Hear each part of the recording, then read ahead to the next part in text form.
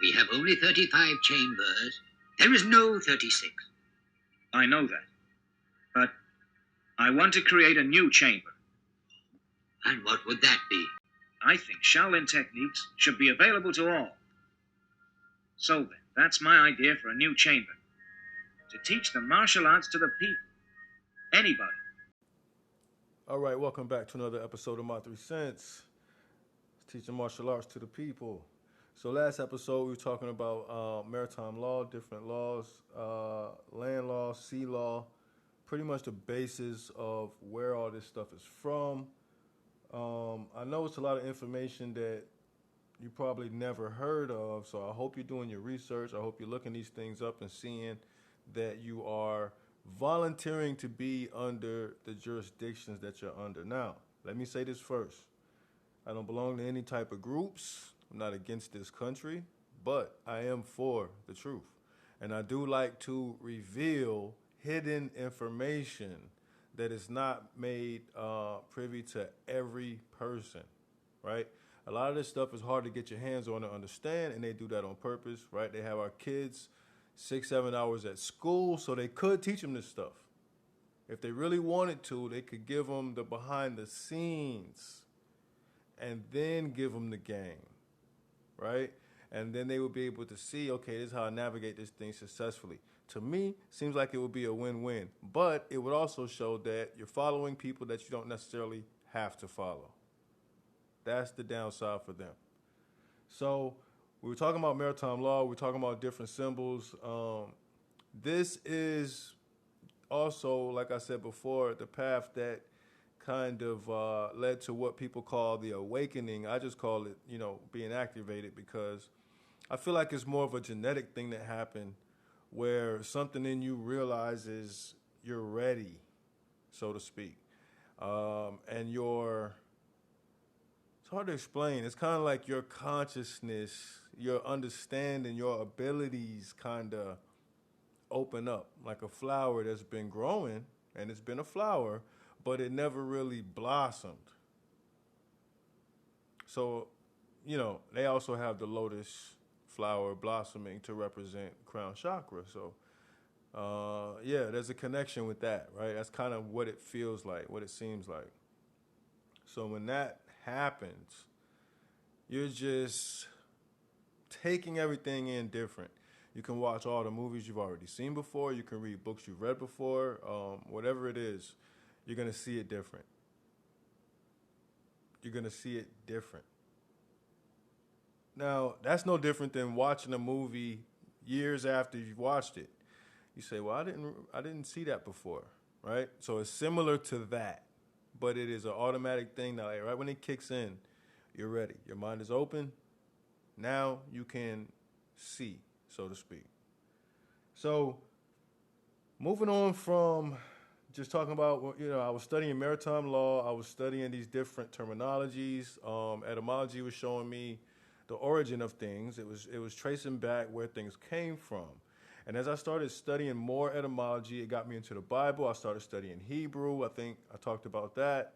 I started studying at Genesis in the beginning and started getting all these understandings that the things we follow are put together, and they're strategically put together.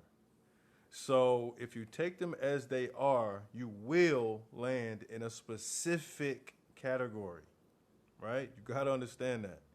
It is designed that way.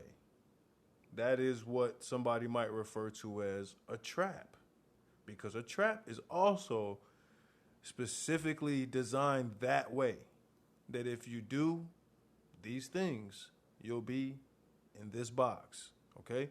So that's the only reason I call it a trap. Religion and things like that does serve its purpose. It does serve its purpose with principles, but it is not something that you were supposed to take the way a lot of people did, okay? You already know my feelings on religion, so I'm not going to get into that. So following that into the Bible, studying it with Hebrew, that led me into recognizing the number codes, because again, Hebrew is more symbols based on numbers, and man, here's another thing that's pretty interesting. When you take all the Hebrew symbols, right? These little squiggly lines and little curves, a lot of people don't realize those symbols, once put together, will actually form the Star of David. Look that up. Once you put those symbols together a certain way, they form the Star of David. So just realize, I mean, a lot of this stuff is so just symbolic and energetic based on what it comes from that it became religion. And that's what I say is like, old knowledge becomes, well, I guess what you could call stale knowledge. It becomes just information again, right? And then so old information that used to be knowledge becomes new religion. Think about that. So this is what happens a lot of times with the information and the knowledge. People find knowledge, they settle there, and then that becomes the thing that they anchor with and lean on because that's pretty much all they have, right? They didn't go any further. So that's their checkpoint now. So I don't judge people about based on where they are in their understanding about things, because I get that this is all about cycles, and the longer you stay cooped up in one place or with one thing, you can't move on in that area. So you got to know what you're sacrificing by holding on. Nothing in life is meant to hold on to forever. Nothing. There's no example of anything that is meant to be held on to forever, right? It doesn't matter what it is. And plus the human mind can't even fathom forever. We don't even know what that is, okay? So when we talk about eternity and stuff, I laugh at stuff like that because it's like people are going around talking about eternity like it's something that starts when you leave the body. Common sense would tell you, this is how strong cognitive dissonance is. Common sense should tell you that eternity is eternal. It has no beginning or end. So the eternity that people keep talking about in these religions obviously would have to be including now. Would it not? All right, moving on. So anyways, getting into this religious stuff, seeing these number codes, even understanding the book of Numbers, right? It led me into something very mysterious. Once I started studying, like I think I mentioned this before, it came from the term, well, what we say as Yahweh, which is very inaccurate. It's YHWH,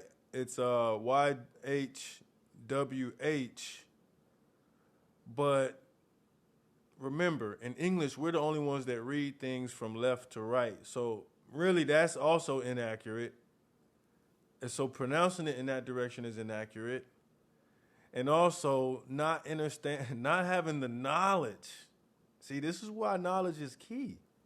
Because you don't realize that you look very and sound very ignorant, and it shows the extent of your knowledge, which will cut people off from having deep conversations with you and leave you right where you at. Yahweh is a 2-syllable vibration, right? Saying that. You're taking 4 letters, okay? No vowels, and making 2 syllables.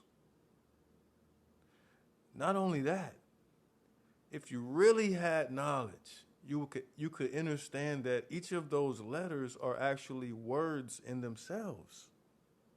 Remember, that's how Hebrew works. And those words have their own definition, right? And you could say they carry their own weight, because a lot of the knowledge on the term Yahweh what we call Yahweh, those letters. It actually translates to a word tetragrammaton. Now, I had never heard of this word before I started looking into this. Sure enough, in the Hebrew language, there is the term tetragrammaton. Christians, it is in the Bible. It's even in the foreword of the Bible, in the King James. But they don't really over-reference the tetragrammaton because it'll cause confusion, right? So this word or this term, tetragrammaton, it's actually 4 words. And tetragrammaton being put together means this. Well, tetra deals with the 4. It deals with the number 4, okay? Grammaton deals with not only weight, which is where we get the term gram,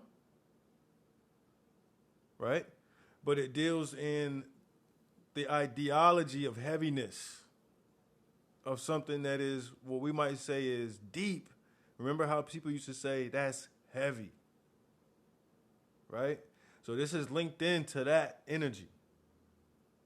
So tetragrammaton was also said to be the 4 words that could not be spoken, referred to as the 4 words that carry heavy weight. Tetragrammaton. Look it up. It's a shape. This is what's going to blow your mind. When you discover that what we call Yahweh is what they call tetragrammaton, and when you discover that tetragrammaton is a shape, it blew my mind because this is why they don't reference the name of God the way Christians do. They say that's the term of the thing that's not to be spoken, right? It's because they have put it into a shape. That's their symbol. See, remember, a symbol is a logo or the logos. So when you hear them say, in the beginning was the word, I want you to understand that the term word was translated from the term logos. In the beginning was the logos. So you have to understand the way they have put this stuff together is masterful, but it is disgusting. Because to give people powerful knowledge without information or instruction, and to say, well, you got to come back every week to get the instruction, and we'll break this thing down. No, that's not what they're doing. They're feeding on people. They're feeding on people's energy that don't understand knowledge. You go to church to get that information every week, am I right? Well, again, studying etymology, see, this is what was happening. It just kept unlocking things. Studying etymology, the word church comes from the word, well, one of the words it comes from is Circe. It's a German word. It means mother. And it's also, before that, it came from the word Kirk with a K. So Kirk, Circe, church. Okay? What this was to, because you got to remember, Christianity was a mythology, just like everything else. But what happens with old knowledge that has been transformed into parable-type information, parable-styled information? Well, when you give it to people that don't understand it, and they recognize the power and feel the power in it, they can't help but worship it and take it as a religion. because it resonates, which is just what? A vibrational term, an energetic term, frequency, resonation. So, the story of Cersei, by the way, in mythology was that she would lure people into a building where they would be under her mind control and be hypnotized, and she would feed off of them, and they wouldn't be able to leave. Look it up, Cersei. It's a mythology. Because a lot of these Greek mythologies is where your Christianity kind of fell from. It's from that knowledge. And we know a lot of Greek knowledge is, or almost all Greek knowledge, is another form of Kemetic knowledge. We know that. So it's just funny when you break this stuff down. And this is what I was doing. I was following the trail, just very natural. It led me into the symbols, showing me the stuff in the Bible that were symbols of other things. All the number play in the Bible, as far as the 12s, the 7s, it all starts to make sense. It all starts to make sense, but you have to go below the surface to see any of this stuff, right? So with the Bible, what I noticed with the numbers was all the 12s, all the 7s. And I said, oh my goodness, this is all a story about the 12 major systems of the body, right? The 12 hours of light and darkness. These are all the different things that you don't understand that reality is based around. But they have been put in so many different forms that in some forms you consume them, and in some forms you worship them, right? But it's all the same stuff. So I noticed with the codes right away, and it just opened up a whole new world of studying the Bible, and it also took away a respect for the Bible as a book that I actually did have as a Christian before. Because I was the type, like, don't put anything on top of the Bible, don't ever, I was like that because that's what we were taught. But as I really did my work and research, what I understood was that this was just another book, and yes, it has a lot of knowledge in it, but it is also a lot of stolen knowledge, and you could go other places to get the whole stories instead of sitting and debating an incomplete manuscript. See, how nonsensical is it to sit around and debate something that's given to you incomplete? Think about that. People do this all the time. Well, we are the Black Hebrew Israelites. No, you're not. Yes, you might have been represented as them in those stories. Are there some historical tie-ins with the Israelites? Absolutely. Because some of the things in the Bible, and this is what tricks people's minds, because they don't realize that these coded books, Helios Biblios, was kind of written in a way that you weren't supposed to just get it by looking at it and understand what it was. You wasn't supposed to get it that way. You were supposed to take it in and then at some point realize or see what you realize what you've been looking at the whole time, right? So stuff like the Bible is mixed in with historical facts and some data, but it's not really, because yes, they will use the names and some real places, but most of those people were not real people. Those are those are personifications, which I've said many times over. Just like Egypt, there's no dog-faced people or bird-faced people. Those are all personifications of energies that were mixed with animal to show that they were higher than the basic human could understand. It was something beyond you. So it was something you would have to get beyond to even be able to wrap your mind around this type of stuff, right? So they can give it to you in any form, you're going to swallow it. Once they force-fed Christianity to our ancestors and genetically bred you with this kind of information, yeah, it was easy to continue you on it because your own people were teaching you this stuff, coming straight out the womb. So I was studying all this, right? I was seeing these different connections. It was taking me back and forth to Egypt. Then you see how they say Moses gained his knowledge from Egypt, right? You start putting this stuff together. Now, this is why I say historically it doesn't make sense, Because if you take this stuff literal and start looking into the timelines, it is not going to add up. What they're saying, who did what, also placed around when the Bible was written, also placed around the people that existed in the Bible and the time they existed in correlation to each other. Because there's a lot of times where they'll give you stories of people that existed hundreds of years apart from each other. And you don't realize that because you did not do any research. You merely read the story and took the parable for what it felt like to you. Very simple and very basic, right? So why would you have preachers, ministers, churches, and things like this set up anyway? That already tells you that the book you have, even though all you guys have the book at home, you will not be able to figure this out by yourself. That's what they're trying to tell you. That's why they're saying come to the church building. Come to Cersei. So this is that's a Scottish folklore, I think, by the way. But this is the kind of stuff that you're not going to figure out just going into it. So etymology helped unlock some stuff for me. Just the number symbols were big. Look into Jewish gematria, look into numbers. Understand that these are just all symbols of each other.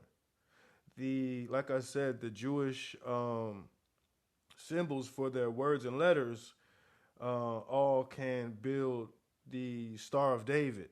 Now, what does the English language build? Well, all of its numbers and letters, all of its numbers and letters build a wheel. That's why it's just straight lines and curves.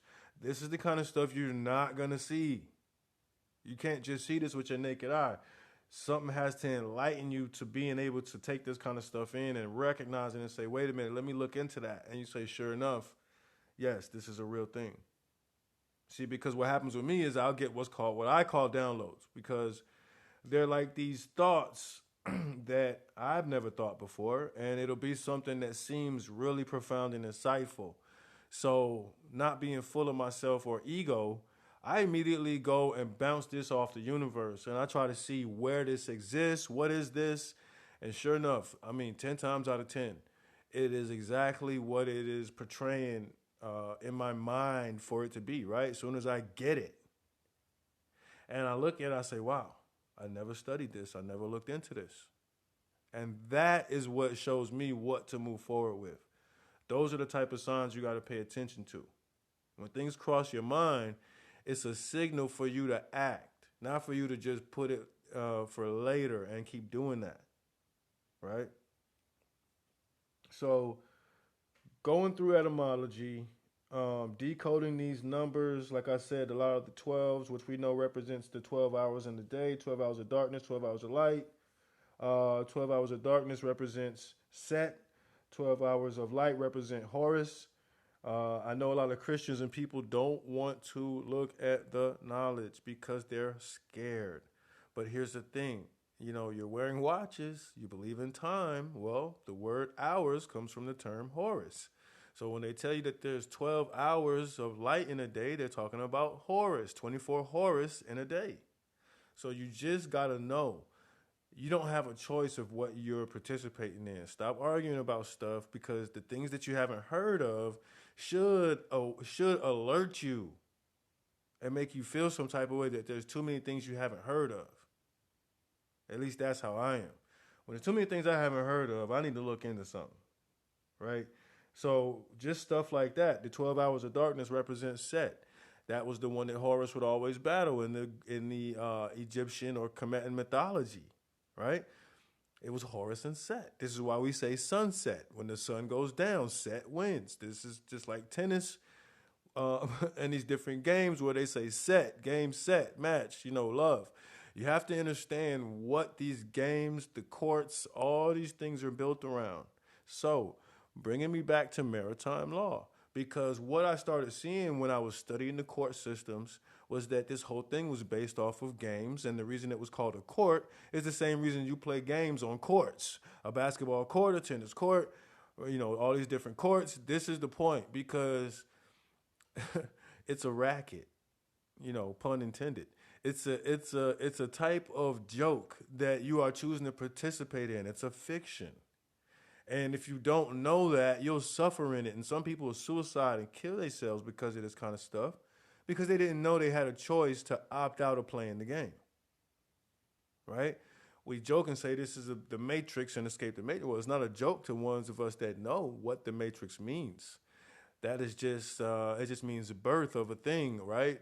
Of a system, this complicated thing that can become more complicated, right? This integration of sorts of too many things that can also be looked at as a matrix. So you have the 12, the hour, the set, just to show you, you don't have to believe in this stuff for it to be real.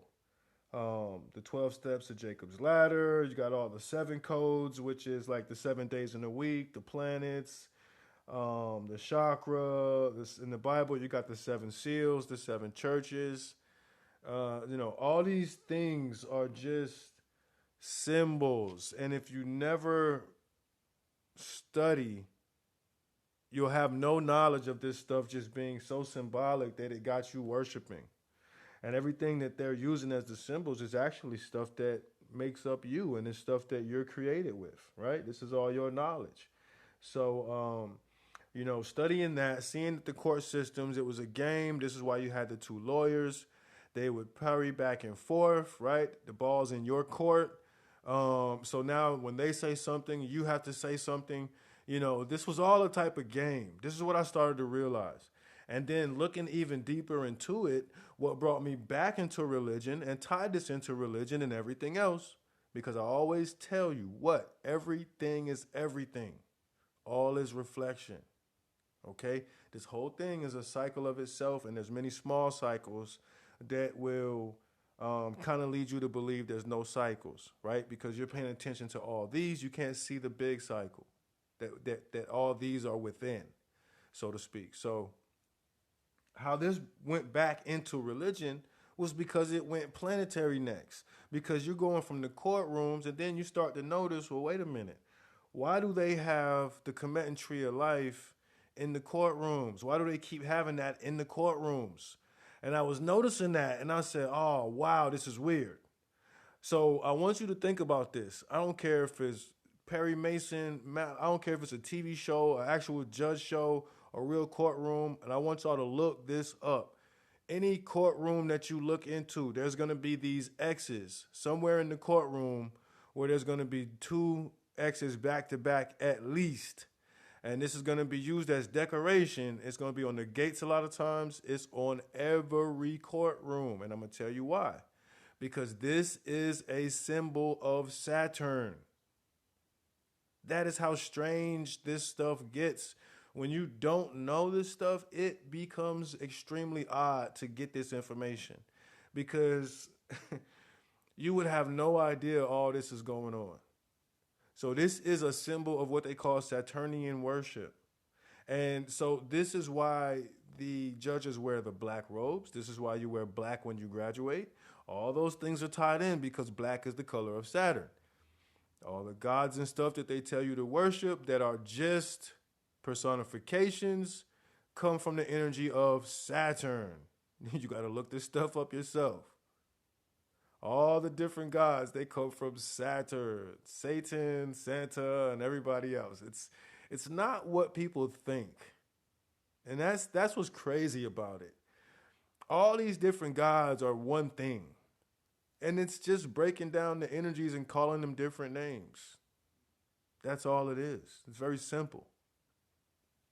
So when you're talking about why they're using symbols for Saturn and using all these symbols in the courtroom and these different word plays that they use with the fiction, it goes extremely deep. It goes extremely deep. And this is what, this is what I've been saying. Like, this is the kind of stuff you get privy to. This is the kind of information. When this stuff goes up and gets interplanetary, then you understand the reflection that the planets, like I told you, are the same as the 7 chakra. They are all the same as your organs, the organs of your body. The 12 zodiac are the same as the 12 major systems of the body. All these things are larger and smaller forms of the same thing. And I guess that is hard for some people to grasp that are not activated or awakened. They can't. Their reality is too strong. If that makes sense. So I don't ever talk to people that don't have knowledge about knowledge. I really don't. I just go ahead and match where they are and maybe go a little bit further to give them something to think about if I'm able to do that. But other than that, I really don't communicate with people that are asleep because that just leads to being frustrated at some point. There's no point in doing that. So when you start to understand that these things are just microcosms and macrocosms of each other, larger and smaller versions, this whole thing kind of flips itself inside out for you once again. Like the snake that eats its own tail symbolism, the Ouroboros. For those of you that have heard of the Ouroboros, that is that symbolism, the snake that eats its own tail. In these cycles, they have to consume themselves. It's no different than how they give you the race theory, right? How they have people running races on a circle track, or on a track that goes around, in an oval as the egg or in a circle. But the point of it is the Ouroboros, and it is the thing that is consuming itself, because every race ends where it begins, and that is a knowledge of life. And it shows you that most of this is about the journey and what you're doing in between steps. This is why you have to take steps towards goals. We're talking about things that are invisible, but we're talking about taking physical steps. So you got to understand that the knowledge is inescapable. It is what it is.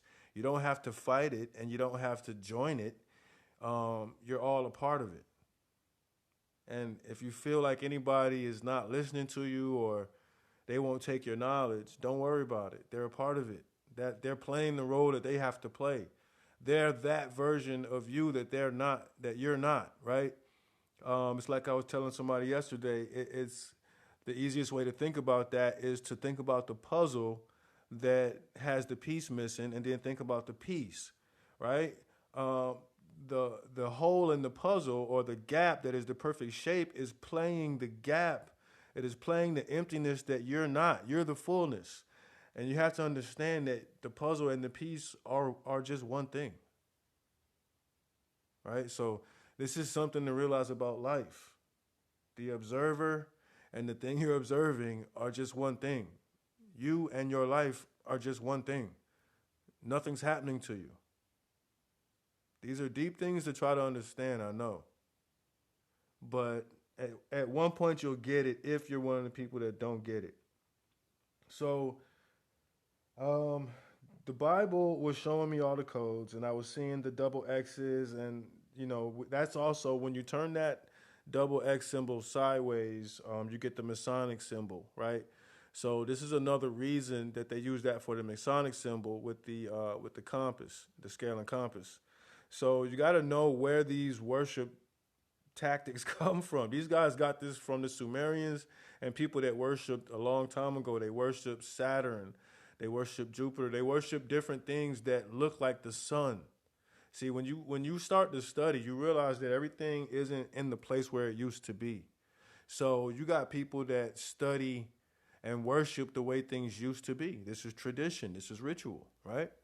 So what happens is, back then when you had a time where the planets weren't where they are now, for instance, they'll tell you that Saturn was closer and it was perceived as the sun. So they worshiped it. You see? So that was the first sun. And this is where you get a lot of the complications and a lot of these mythology stories about the sons, the fathers, the two gods, the sacrifices.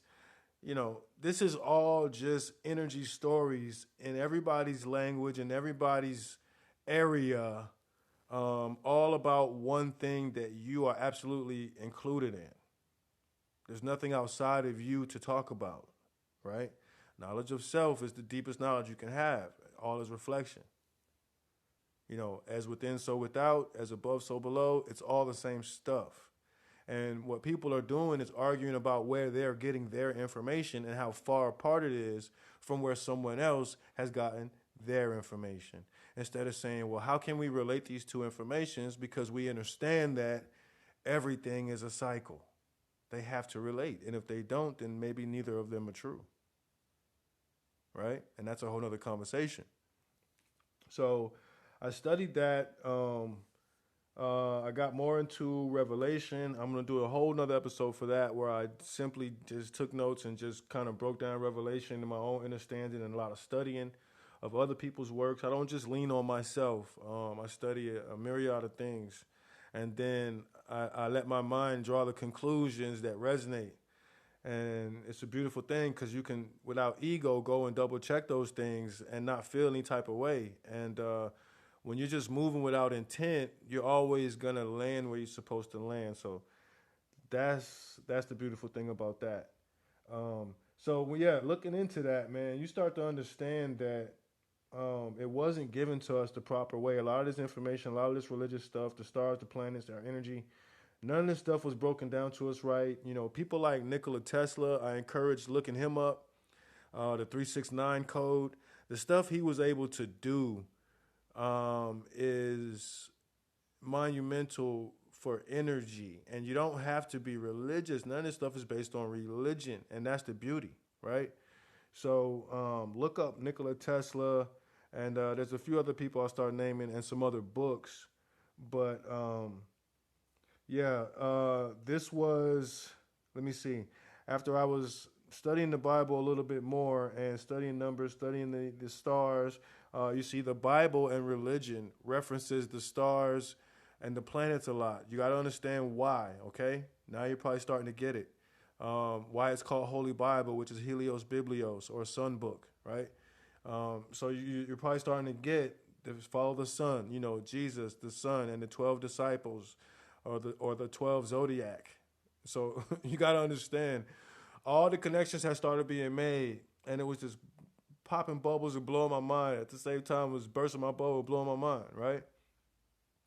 And so I started sharing this stuff with people, and they weren't receptive to it because they were still deep in their Christian mind, and they weren't on this journey. So I had to realize not to do that, right? And just let this be something that I'm doing and a part of what I got going on, because everybody can't be on it. And sure enough, a lot of the people that weren't are now, and I'm glad for them. It wouldn't have made me a difference. I care about them, so I tried to share what I started to recognize as truth that I was getting without bias, because I don't believe in anything, right? You don't have to believe when you know things. Remember that. In a belief system, there's no room for knowing. Think about it. In a belief system, when people say, are you a believer? When you're in a belief system, there is absolutely no room for knowing things definitively or even having your own thoughts. There's no room for any of that because you're surrounded by things to believe in, okay? So, studying etymology, man, that was the key.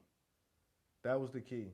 It brought me to a lot of terminology, Hollywood, how they, Hollywood, that they used to use to make wands to do magic, and how they say Hollywood magic. Like, all these different things started to be unlocked. And I was like, man, this is all built on this type of energy game where we're saying things and we're creating things, but they all have this malicious intent, kind of, because if you don't have the knowledge, you'll just become a piece of the machine. You'll just become one of the gears in the machine, or one of the screws or nuts or bolts. And you won't realize how important you are to the machine. You'll have no idea, right? Because you can be replaced. And so this is the kind of stuff I try to get you to think about, whether you're in Christianity or whatever you're locked in. Look, the knowledge is there. You can still find your way out or through by just studying. You don't have to have the intention of getting out of it. Just open your mind enough to look into things. That's all you got to do. So I'm going to get ready to end this one, but I'm going to jump back on and continue with the journey that I took and the path that I was on that started exposing all this stuff. So the last one was being under the different jurisdictions, and we'll get this one named up, and I'll get it out. I appreciate you guys. I appreciate repeat listeners, first-time listeners. Welcome. Go listen to other episodes, because all these episodes are related, man. Everything is everything. So don't be fooled by the title. I just come up with titles because again, I'm not trying to sell anybody on anything. If you happen to click on it and listen to it and get blessed with some type of knowledge, then there you go. Congratulations. But I'm not trying to sell you. I'm not trying to make it all glitz and glamour. I don't edit my episodes. I've never edited any of the episodes ever. That's just, I don't do that. You know, I just get on here, do it, rock and roll, man. Get on and get off. So I appreciate y'all. I appreciate you supporters. Y'all come back, man, and tell somebody about it if you got something from it. And yeah, so this has been another episode of My 3 Cents. And come back and see what I got for you next time. All right, so wholeness and a whole ton of gratitude.